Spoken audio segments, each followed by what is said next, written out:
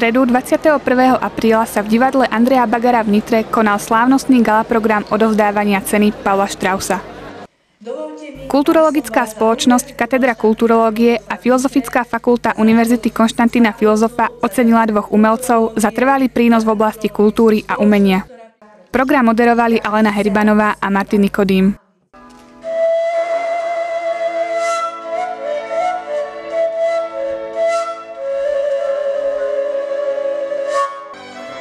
Lásku k hudbe predviedli divákom solisti orchestra Zlaté husle. Cena je pomenovaná podľa významného humanistu, spisovateľa a lekára Pavla Straussa. Bol priamy, otvorený a nanajvyš charakterný. Profesor Jozef Lajkert predniesol slávnostný príhovor. Aj Pavol Strauss vo svojej knihe Zákrutý bez ciest v roku 1971 napísal: Na výlete životom sa neraz stane, že človek zablúdi, keď si chce skrátiť cestu. A je dobré, ak sa na konci námahy ocitne na začiatku cesty. Možno zahynúť z vyčerpanosti, ale možno sa dostať i do nových, krásnych a doteraz neznámych oblastí. Objaviť ich pre iných. A k tomu vedie veľa ciest. Prvým oceneným bol fotograf Karel Kálaj. Ja mám v sebe trpaslíka a s trpaslíkom debatujem. A vôbec necítim osamelý, pretože trpaslík je niekedy dobromyselný, niekedy zlomyselný. Svojmu dlhoročnému kamarátovi k cene zablahoželal básnik a spisovateľ Ľubomír Feldek. Hneď mu zablahoželajme nielen k vyznamenaniu, ale aj k narodeninám, ktoré bude mať opäť dní. Živio, milý náš priateľ Karčík.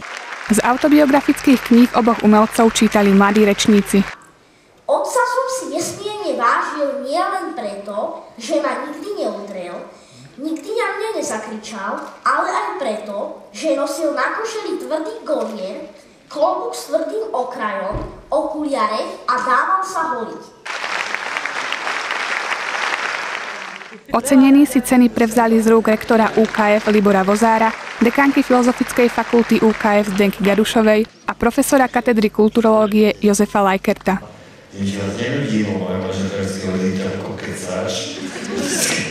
Ale ja mám radosť, keď vám môžem aj humorné veci povedať. Dokonca vám poviem jednu milú príhodu, ktorá je v mojej autobiografii. Ja som pyšný, že som zatkol sovietského policajného majora. To sa mi si málo komu stalo. Druhým oceneným bol zakladateľ tanečného súboru Lúčnica Štefan Osáľ. Som mal rád môjho starého otca. Nadával na čerať, že to všetko bolo zlé. Asi ono robil dobre.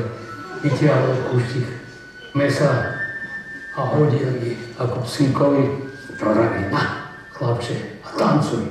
A ja tými kolienkami hodými som bil do zeme a tak ďalej. No vtedy akože ozemky. Tak to bol môj prvý tanec. A ako profesionálny, lebo som dostal plácu za kúštik mesa. Poďakovanie Štefanovi Nosáľovi vyjadril riaditeľ Lúčnice Marián Turner. Dovolte, aby som parafrázoval nakoniec môjho príhovoru, nakoniec laudácia, niečo ako my dodávame kvalitné umenie, vy ho s láskou príjmate, tak Boh požehnaj profesora Štefana Nosáľa. V tom momente som všetko zabudol. Stál som tam, básnička mi neprišla na a rozplakal som sa. Plachtu zatiahli a bolo po recitácii. Po skončení ma otec utešil, že to nič a dal mi 5 korunáčku.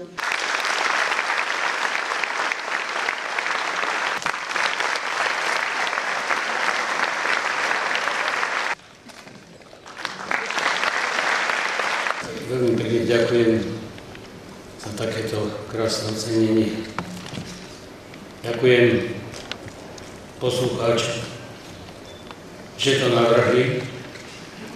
Ďakujem aj tej staršej generácie. Mojím skrytým želaním bolo vnútorne, že túto krásu týchto našich tradícií, akým spôsobom to preniesť do dneška, do súčasnej spoločnosti.